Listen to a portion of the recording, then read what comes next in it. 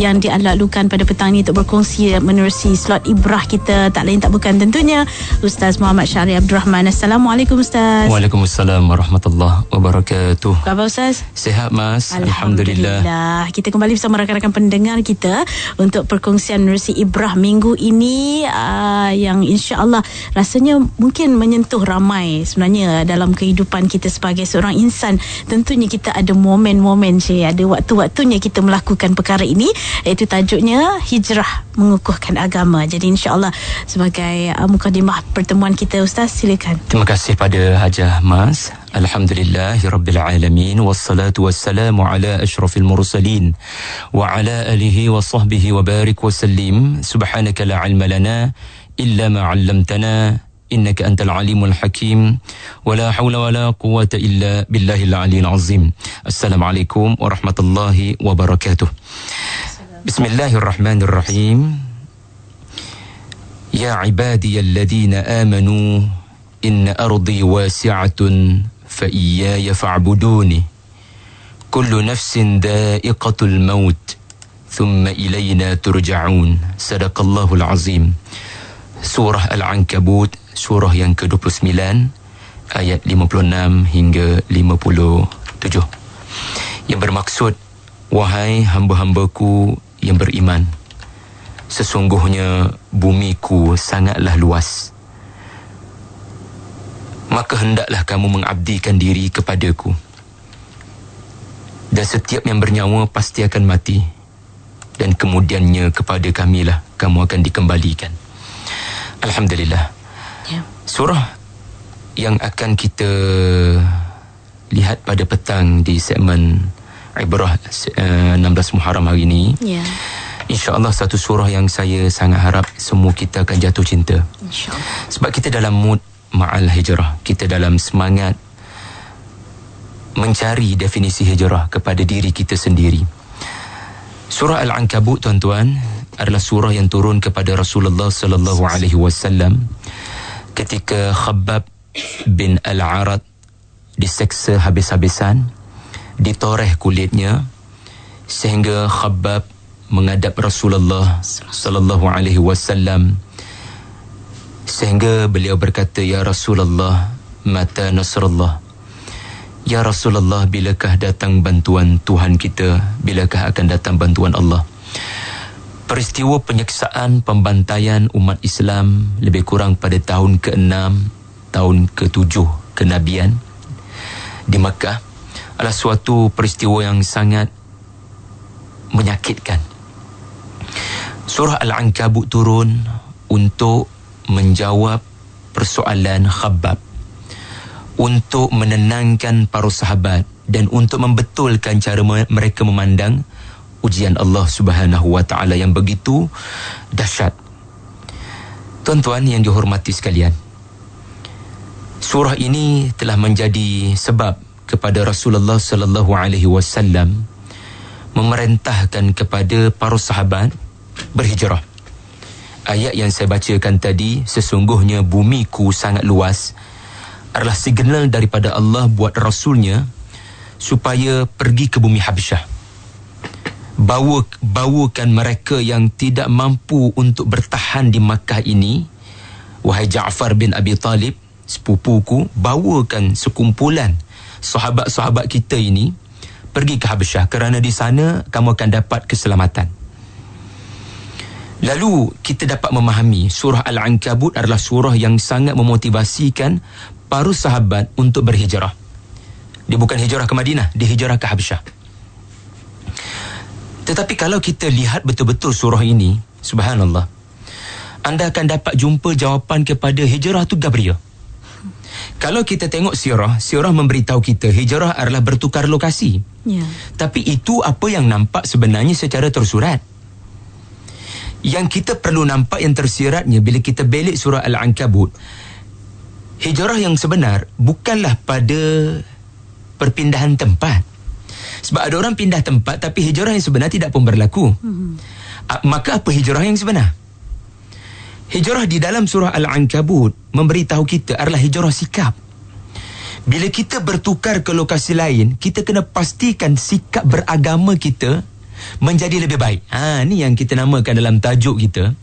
Hijrah mengukuhkan agama, mengukuhkan keberagamaan kita. Sebagai contoh, kita tengok dalam surah Al-Ankabut. Tuan-tuan jangan terkejut. Kalau tuan-tuan belik surah Al-Ankabut ni, tuan-tuan akan jumpa cerita kaum Nabi Lut. Yang mana mereka memuja syahwat. Ini berhala mereka, ini Tuhan mereka. Sehingga Nabi Lut diutuskan, di mana mereka ini melakukan hubungan sejenis. Innakum lata'tuna ar-rijal wa taqta'una as-sabil wa ta'tuna fi nadikum al-munkar. Mereka buat kemungkaran secara publik. Lelaki dengan lelakinya melakukan hubungan sejenis secara publik, fi nadikum, secara publik di khalayak awam. Dah tak ada reti malu, langsung tak ada. Mereka melakukan kemungkaran. Lalu Nabi Lut diutuskan untuk bawa apa dia? Untuk bawa hijrah sikap. Tinggalkan perangai jahiliyah ni. Ini hijrah.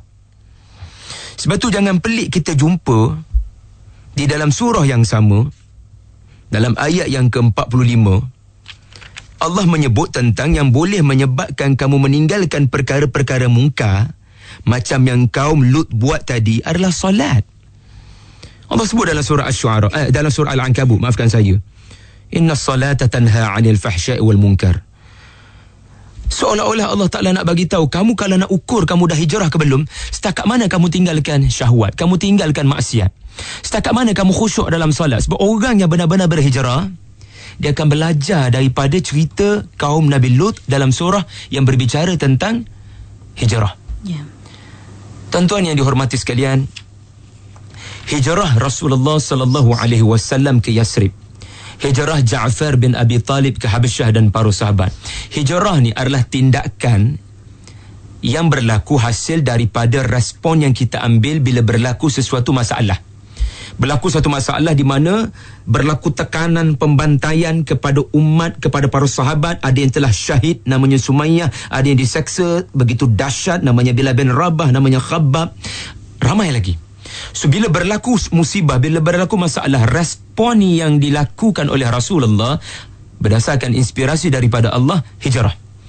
So kita kena nampak mana kos, mana efek. Efek hijrah, tetapi kos dia apa? Kos dia adalah seseorang yang memilih untuk menjaga agama. Kalau duduk kat Mekah lama-lama ni, kita boleh jadi murtad. Maka sebab itu tak boleh duduk sini, maka hijrah berlaku. Kenapa Nabi berhijrah ke Madinah? Sebab duduk kat sini agama tak boleh berdiri. Dan bahkan mungkin akan ada beberapa peribadi yang agama dalam dirinya pun tak boleh nak berdiri. Usahakan agama nak berdiri dalam sebuah negara yang namanya Makkah. Nak agama tu berdiri dalam diri pun susah. Maka dengan berada di Yathrib, dengan berada di negara Habsyah, insya-Allah agama dalam diri boleh ditegakkan. Kita boleh berdiri. Sekiranya duduk kat tempat ni agama tak boleh nak berdiri, maka hijrah. Jadi kita boleh beza sekarang. Hijrah adalah kaedah. Matlamatnya adalah untuk memelihara agama. Sebab tu ayat yang saya bacakan tadi, Allah bermula dengan ibadi, Allah berakhir dengan ibad. Ya ibadi. Dan akhir ayat tu juga, fa iyaya fa'buduni. Sebab matlamatnya ubudiyah. Caranya adalah bumi Allah luas, pasal apa tak berhijrah? Kalau dah tahu agama kamu terancam kat sini, kamu duduk dalam rumah ni, agama kamu rasa terancam, maka do something.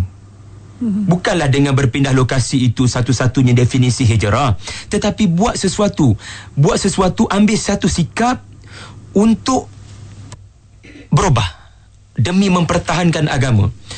Kadang-kadang kita duduk dalam rumah tangga kita, kadang-kadang kita kena ingat ujian datang daripada mak ayah kita kadang-kadang. Sebab tu dalam surah Al-Ankabut Allah Ta'ala sebut, sekalipun ibu dan ayah kamu memaksa kamu untuk murtad, wa in jahadaka litusyrika bi ma laysa laka bihi 'ilmun fala tuti'huma. Maka kamu jangan biarkan agama kamu berganjak. Isteri kamu sekali menyuruh kamu supaya tinggalkanlah bang semayang, tinggalkanlah bang benda-benda agama ni, maka kamu jangan follow sekalipun. Sebab tu ada cerita isteri Nabi Lut dalam surah Al-Ankabut yang tidak beriman. Rupanya Allah Ta'ala nak beritahu kita, kayu ukur seseorang itu berhijrah sejauh mana dia benar-benar menjadi hamba Allah Subhanahu wa taala dan bukan hamba kepada syahwat. Bukan hamba kepada berhala yang dipahat dengan tangan sendiri. Hari ini tak ada berhala bagi orang Islam. Tapi Nabi Ibrahim yang diceritakan dalam surah Al-Ankabut, Nabi Lut yang diceritakan dalam surah Al-Ankabut, bahkan panjang juga cerita Nabi Ibrahim dalam surah Al-Ankabut. Mereka datang untuk mendefinisi berhala moden ini, yang namanya syaitan, yang namanya nafsu. So kamu kena sentiasa menginsafi. Kamu ni hadapi masalah ni, kamu rasa masalah yang kamu hadapi ni masalah yang ada kaitan dengan apa? Kita kadang-kadang sentiasa ada masalah. Masalah anak, masalah kewangan, masalah tempat kerja, masalah peribadi, masalah kawan-kawan. Mana ada manusia tak ada masalah? Saya pun ada masalah, Mas pun ada masalah. Tapi kita kena tanya soalan. Sejauh mana masalah yang menimpa kita ini, kita benar-benar memandang serius masalah itu beri kesan kepada keberagamaan kita. Kita kadang-kadang sangat tak boleh tidur memikirkan macam mana nak mengatasi masalah kewangan ni, macam mana nak mengatasi masalah tempat kerja ni, masalah projek ni, masalah kerja ni, masalah pengajian ni. Tapi pernah tak kita fikir dengan serius masalah, sejauh mana masalah yang sedang berlaku itu memberikan kesan kepada khusyuk ke tidak kita semayang? Sejauh mana masalah musibah yang menimpa kita itu memberikan kesan kepada hubungan kita dengan Allah Subhanahu wa taala? Ramai orang tak pandang benda ni. Yang dia pandang duit dia makin tak ada. Yang dia pandang anaknya tak dapat mengaji dengan baik, tak berapa dapat skor A dekat tempat di sekolah dia. Sedangkan masalah yang paling kita kena ambil berat, ubudiyah. Sejauh mana kita merasa sensitif. Setiap musibah yang berlaku sebenarnya sedang menguji kebergantungan kita kepada Allah. Sebab itu surah Al-Ankabut, di permulaan lagi, Allah menyebut tujuan kita hidup untuk diuji. Kamu hamba aku, kamu kena ingat, mana ada hamba boleh buat ikut suka. Hamba kena follow arahan tuannya. Bila dah nama hamba, tak semua benda dia boleh buat sesuka hati. Dia kena follow tuannya. Maka Allah Ta'ala sebut, ahasiban nas an yutraku an yakulu amanna wa hum la yuftanun. Ayat yang menenangkan Khabbab, ayat yang menenangkan Bilal, ayat yang menenangkan para sahabat dan mustada'afin di bumi Makkah Al-Mukarramah ketika tahun ke-6 kenabian. Yang berarti tidakkah manusia itu berfikir, mana mungkin kami tinggalkan mereka dalam keadaan mereka berkata mereka beriman sedangkan mereka tidak diuji. Bila kamu kata kamu beriman, kamu Muslim, kamu Muhammad nama kamu, maka kamu kena ingat hidup kamu memang akan sentiasa diuji. Dan bila berlaku ujian, bagaimana cara kamu respon pada ujian? Sebab tu saya sering mengatakan, masalah paling besar kita adalah kita ada masalah pada cara kita memandang masalah. Masalah yang paling besar berlaku pada kita adalah kita ada masalah pada cara kita memandang masalah. Kita hanya menganggap ia masalah, lalu kita menyalahkan orang. Kita tidak mahu menganggap masalah ini, musibah ini adalah ujian Allah untuk mudah-mudahan diampunkan dosa-dosa kita. Jadi tuan-tuan yang dihormati sekalian, saya ingin menyebutkan bagaimana Allah Subhanahu wa taala menggambarkan di dalam surah Al-Ankabut ini sikap orang-orang yang beriman yang apabila mereka merasakan agama mereka terancam, bukan diri mereka, nombor satu sekali agama mereka terancam, mereka memilih untuk meninggalkan negara itu. Ini disebut oleh Nabi Allah Ibrahim alaihissalam dalam surah Al-Ankabut ayat yang ke-26. Dah tak ada cara dah dekat negara Ur. Kalau hari ni kita dikatakan tempat lokasi Nabi Ibrahim ini adalah tempat yang namanya Ur di Iraq. Nabi Ibrahim kata, inni muhajirun ila rabbi. Surah Al-Ankabut. Kalau macam inilah keadaan kamu, wahai kaumku, okey, tak apalah, aku tak ada hidup dengan kamu. Aku dah pesan macam-macam yang berhala-berhala ini yang kamu ambil sebagai tuan kamu ni, dia tak ada buat apa. Dan kamu sendiri nampak bagaimana aku dilontar oleh kamu ke dalam api. Tetapi bukan berhala-berhala ini yang menyelamatkan aku.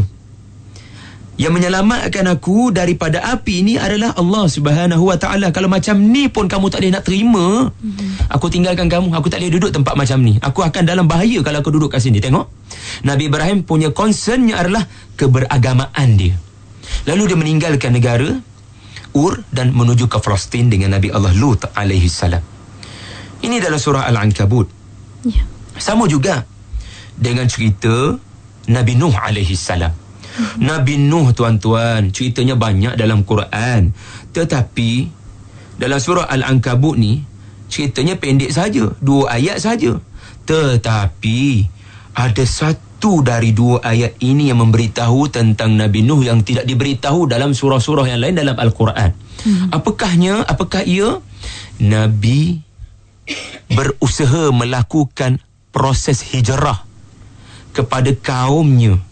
Dia cuba nak hijrahkan kaumnya. Maksud saya hijrah perangai mereka yang menyembah selain Allah, yang menyembah nafsu dan syahwat, menyembah syaitan, menyembah berhala. Bukan 950 jam, bukan 950 hari, bukan 950 minggu, bukan 950 bulan. Allah Ta'ala sebut dalam surah Al-Ankabut, yang mana ayat ini juga telah menyebabkan para sahabat dan Rasulullah menangis. Kami baru 6 tahun berjuang, orang tak nak dengar, kami dah rasa sakit. Nuh 950 tahun, darat 365. Kita tak pernah hidup sampai umur 70 mungkin. Ini kan pula usia berdakwah berapa sangat? 70 tahun tu hidup. Berdakwah berapa lama? Seminggu saja. Cuba tanya diri kita, ada tak 1 jam aku berbicara kepada paling kurang seorang tentang sesuatu daripada Quran? Nabi Nuh 24 jam, 950 tahun. Nabi cuba nak hijrahkan kaumnya. Dia tidak keluar daripada negaranya kerana Allah tak benarkan Nabi tinggalkan negara dia. Sehinggalah Allah perintahkan hijrahlah dengan cara bina bahtera. Tetapi Nabi bersabar 950 tahun, semata-mata nak ubah perangai kaum yang tak nak hijrah, yang tak nak sembah Allah. Walaqad arsalna Nuhan ila qaumihi falabitha fihim alf sanatin illa 50 'ama fa akhadhahum at-tufan wa hum zalimun. Jadi tuan-tuan yang dihormati dan dikasihi, seseorang ni dia tak boleh nak tinggalkan dia punya perangai lama. Sebab apa? Sebab dia tidak tahu dia akan mati bila, maka dia bersangka dia akan mati lambat lagi. Betul tak? Kalaulah seseorang itu diberitahu hang akan mati lagi seminggu sebab ada penyakit dalam diri hang ni, rasanya dia akan berubah tu. Kita tak payah suruh, dia akan berubah. Maka terbukti mati adalah motivator seseorang. Dan kalau dia lupa mati, maka dia akan lupa diri daripada melakukan perubahan dan hijrah. Sebab itu menakjubkan, Allah terus memberitahu pasal hakikat mati selepas ayat sebelumnya Allah berbicara tentang hijrah, iaitulah kullu nafsin dha'iqatul maut. Kamu nak lari mana? Kalau aku kata tempat kamu duduk ni namanya Mekah, kamu akan mati, mesti kamu lari daripada Mekah ni. Kalau kamu tahu, kamu diberitahu kamu akan mati kat mana, mesti kamu larilah daripada tempat tu. Tapi aku nak beritahu kamu, mati ni misteri. Tidak ada orang tahu bila tarikh dia mati, di mana dia mati, bagaimana dia mati. Maka kerana menginsafi hakikat mati boleh berlaku pada bila-bila masa, maka pergilah ke mana pun kamu tetap akan didatangi mati. Maka ada apakah mati yang boleh menyelamatkan kamu? Mati yang kamu jaga agama. So kalau kamu duduk kat sini dan tiba-tiba mati datang kepada kamu ketika iman kamu senipis kulit bawang, kamu dalam bahaya. Maka hijrah. Ini hubungan antara inna ardi wasi'ah dengan ayat selepasnya kullu nafsin dha'iqatul maut. Tuan-tuan yang dihormati dan dikasihi, saya berhenti setakat itu dulu. Mudah-mudahan kita jatuh cinta dengan surah labah-labah, sarang labah-labah. Saya tak kaitkan lagi tu. InsyaAllah, wallahualam. InsyaAllah. Terima kasih Ustaz. Untuk anda ada sebarang persoalan boleh kongsikan melalui Facebook IKIM FM di bawah poster Ibrah petang ini. Kembali seketika nanti selepas berhenti rehat. Terus sama waktu ini melalui perkongsian rancangan Ibrah. Dan untuk anda yang baru bersama, masih belum terlewat banyak lagi perkongsian ilmu bakal kami bawakan menerusi tajuk kita minggu ini, hijrah mengukuhkan agama. Kalau Ustaz dah beri penjelasan awal tentang hijrah tadi, Ustaz ada sebut hijrah itu luas. Maksudnya bukan sekadar berpindah atau beralih lokasi Ustaz, tapi juga kita sebut tentang sesuatu, kalau konteks hari ini, perpindahan daripada satu keadaan kepada keadaan yang lain. mungkin dari sudut state of a person, like state of thinking, state of mind, personality. Kalau Ustaz kata tadi ujian ni juga mungkin saya lihat membawa kita hijrah kepada satu perspektif baru selepas melalui sesuatu ujian. Jadi saya nak tanya Ustaz, mungkin kadang-kadang bila kita melalui sesuatu ujian ataupun bila kita sudah berhijrah Ustaz, masih ada juga kadang-kadang berlakunya kita kembali kepada keadaan yang asal sebelum kita berhijrah. Mengapa begitu Ustaz? Semua kita pernah mengalami situasi kita telah berubah, air mata telah mengalir, menginsafi kesilapan di masa lampau. Terima kasih pada guru-guru yang telah membimbing kita. Namun kita kembali kepada keadaan kita yang jahiliah. Inilah ujian. Sebab tu saya sering kali sebut, Allah Ta'ala buat syurga ni bukan untuk orang maksum saja, namanya para anbiya dan rasul, tetapi untuk kita pendosa. Pendosa ni akan masuk ke neraka, pendosa juga akan masuk ke syurga. Tapi apa bezanya? Pendosa yang masuk ke neraka adalah pendosa yang tidak pernah bertaubat, beristighfar apabila melakukan kesalahan, kesilapan, dosa, maksiat yang sama. Tetapi pendosa yang masuk ke syurga adalah pendosa yang apabila mereka melakukan sesuatu, mereka kembali kepada keadaan mereka yang asal, mereka cepat-cepat kembali beristighfar. Sebab syaitan tidak akan berputus asa. Syaitan tidak akan berputus asa untuk menyebabkan anak-anak Adam ini menganggap Allah telah menutup pintu taubat. Once kita sudah putus asa daripada rahmat Allah, yang inilah yang menyebabkan kita jadi kaum Lut. Yang ni yang menyebabkan kita jadi kaum Nuh, di mana mereka beranggapan mereka bukan manusia yang boleh kembali kepada Tuhannya. Kerana seolah-olah Tuhan telah menutup pintu rahmat, so biarlah kita ambil kesempatan dunia yang masih ada ni, kita seronok-seronok minum arak, main judi dan melakukan perbuatan maksiat. Syaitan memang akan bisikkan benda ni, di mana Tuhan sudah tidak menerima kamu, Tuhan sangat membenci kamu, just go proceed dengan life kamu sekarang. No, jangan kita bersangka buruk kepada Allah Subhanahu Wa Taala. Allah sebut dalam surah Al-Ankabut mengenai syaitan. Ia akan mengganggu proses hijrah anda. Ia akan menimbulkan kepada anda rasa berubah pun balik pada asal, berubah pun balik pada asal, biar aku jadi asal je. Wal'ayazubillah. Wa zayyana lahumus syaitanu a'malahum fasaddahum 'anis sabil. Syaitan akan buat apa saja supaya kita punya pemikiran, apa yang Mas sebut tadi, state of mind tu, cara kita berfikir akan menyebabkan fasaddahum 'anis sabil. Kita di akhirnya tidak mau konsisten atas jalan yang lurus. Syaitan tak putus asa. Ini rumusan Allah dalam surah Al-Ankabut ketika menyampaikan tentang apa punca pula kaum Ad dan kaum Thamud sesat. Subhanallah. Sebab itu kita kena ingat, hijrah ni dia tak akan sampai pada kesempurnaan. Dia adalah satu perjuangan. Bila sebut perjuangan, benda ni jihad. Jihad yang sangat besar daripada kita berada di medan tempur. Medan tempur ada keadaannya, ada tempatnya. Tetapi kita kena beritahu pada diri kita, lawan nafsu ni jihad yang sangat besar. Nafsu syaitan ni jihad sangat besar. Sebab tu jangan pelik surah Al-Ankabut, mula pun dengan perkataan jihad, akhir pun dengan perkataan jihad. Tuan-tuan balik tengok permulaan surah Al-Ankabut ayat 6, wa man jahada fa innama yujahidu li nafsi. Siapa yang berjuang betul-betul lawan nafsu, lawan syaitan, dia berjuang untuk kebaikan dia. Allah tak memerlukan jihad kita. Kita yang memerlukan jihad kita lawan nafsu dan syaitan. Hujung surah tu pula Allah sebut walladzina jahadu fina lanahdiyannahum subulana. Orang yang benar-benar nak lawan nafsu, yang nak lawan syaitan, yang nak berjihad betul-betul dalam arti kata sebenar. Sebab surah ni surah Makkiyah, di mana para sahabat tidak ada kekuatan untuk menghadapi musuh, maka jihad yang paling kuat pada waktu ini adalah jihad kesabaran. Bila orang macam ni bersabar, maka lanahdiyannahum subulana, kami akan lorongkan kepadanya jalan. Jadi tuan-tuan, apa jua musibah yang berlaku, jangan sekali-kali bersangka buruk kepada Allah Subhanahu Wa Taala. Itu dia, Mas, serba sikit. Saya mungkin kita boleh kongsikan persoalan yang dikongsikan melalui Facebook waktu ni, Ustaz. Yana Farhana bertanya, Assalamualaikum, nak tanya Ustaz, kalau dekat sesuatu tempat tu maksiatnya semakin berleluasa dan kita telah beri nasihat pada sahabat-sahabat kita, tapi masih belum berubah, adakah kita perlu berhijrah dari tempat tu untuk menjaga iman?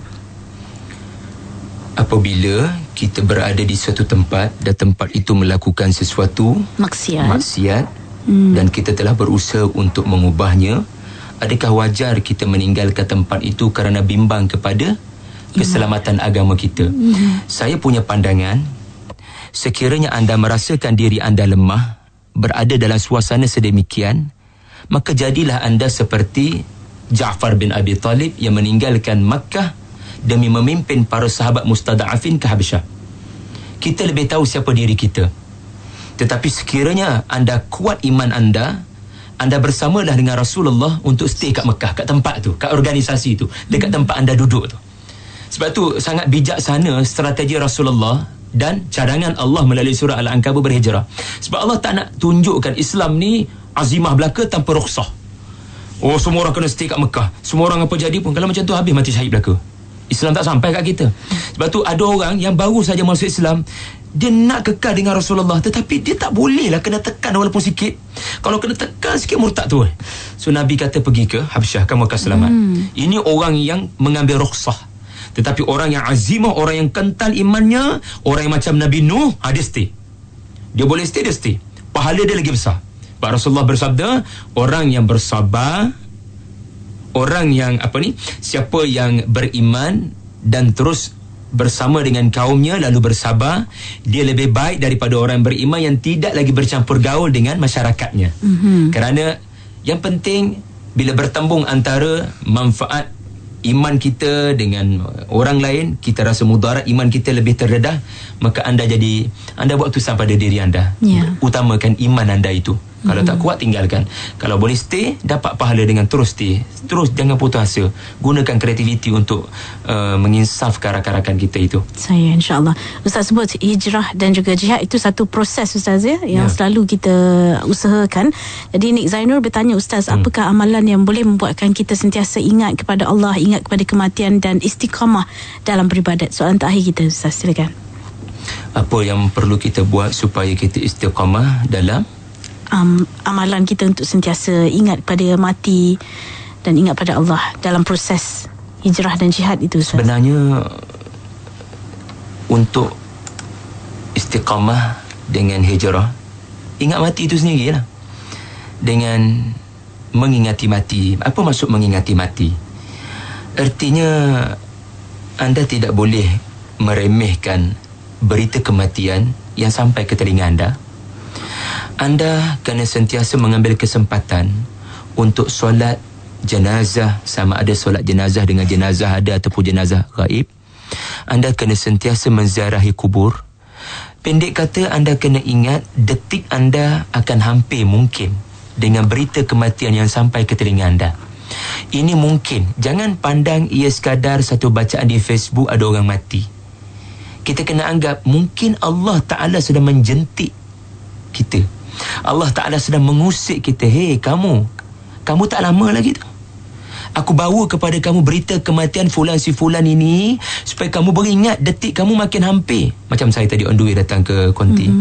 Ada kemalangan. Mudah-mudahan selamat. Tetapi kadang-kadang ada kemalangan yang kita tengok mangsanya sudah pergi bertemu dengan Tuhannya. Jangan sekadar tengok. Kita ni suka sangat tengok je kemalangan tu sampai jam habis. Ambil peringatan. Mungkin apa yang berlaku ini teguran Allah kepada aku, mungkin esok giliran aku, mungkin lusa giliran aku. So jangan sekali-kali meremehkan berita kematian yang sampai kepada kita. Dengan cara ni kita akan gerun dan kita akan buat persiapan. Itu yang saya boleh sebutkan di sini. Baik. InsyaAllah Ustaz, mungkin di akhir ataupun di hujung pertemuan kita, kata-kata terakhir Ustaz, silakan.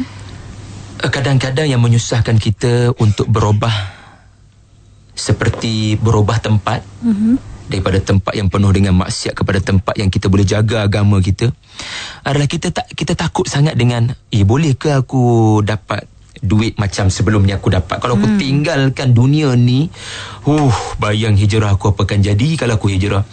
Kalaulah kita ada pemikiran macam tu, macam mana rezeki saya nanti kalau saya tinggalkan dunia itu, dunia industri ni, industri itu. Surah Al-Ankabut pasal hijrah, di hujungnya Allah menyebut tentang rezeki tau. Sebab Allah cipta kita, dia tahu kelemahan kita. Antara kelemahan kamu manusia, kamu tak yakin dengan rezeki daripada aku. Kamu kena ingat, rezeki bukan datang daripada majikan kamu. Rezeki bukan datang daripada fulan si fulan ni. Rezeki daripada aku.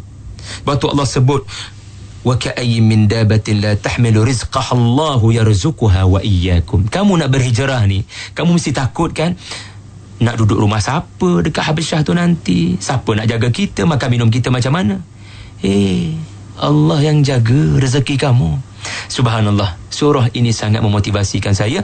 Dan kalau kita tidak yakin pada Allah dan kita terus stay dengan keadaan kita yang lama, bergantung, bertongkat dan mempertuhankan nafsu dan syahwat, ingat, Tuhan-Tuhan itu sebenarnya sangat lemah, lebih lemah daripada sarang labah-labah. Maka sebab itulah surah ini dinamakan dengan surah sarang labah-labah. Mathalul ladzina ittakhadhu min dunillahi awliya kamathalil ankabut ittakhadat baita. Semoga kita tergolong daripada golongan yang sangat kuat pergantungan kepada Allah Subhanahu wa taala walau apapun musibah, dan kita tidak bergantung selain daripada Allah. Kerana orang yang bergantung selain daripada Allah, mereka sebenarnya seperti labah-labah yang membuat rumah. Tidak ada rumah yang paling lemah kecuali rumah yang dibuat oleh laba-laba.